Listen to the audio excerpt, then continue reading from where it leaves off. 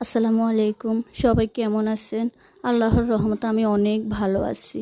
আজ আমাদের প্রোগ্রাম ছিল।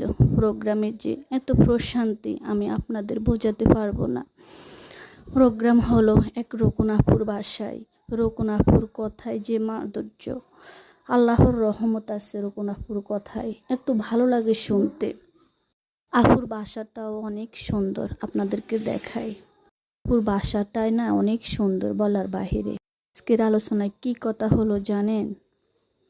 আমাদের ইমানি দায়িত্ব হলো আমরা জামাতকে ভোট দেব। আমরা আওয়ামী লীগ দেখেছি, বিএনপি দেখেছি, জামাত দেখি না।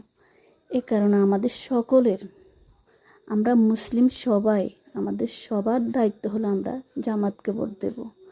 হ্যাঁ, জামাতের মধ্যে ভালো খারাপ মানুষ আছে, কারণ মানুষ তো আর ফেরেশতা না।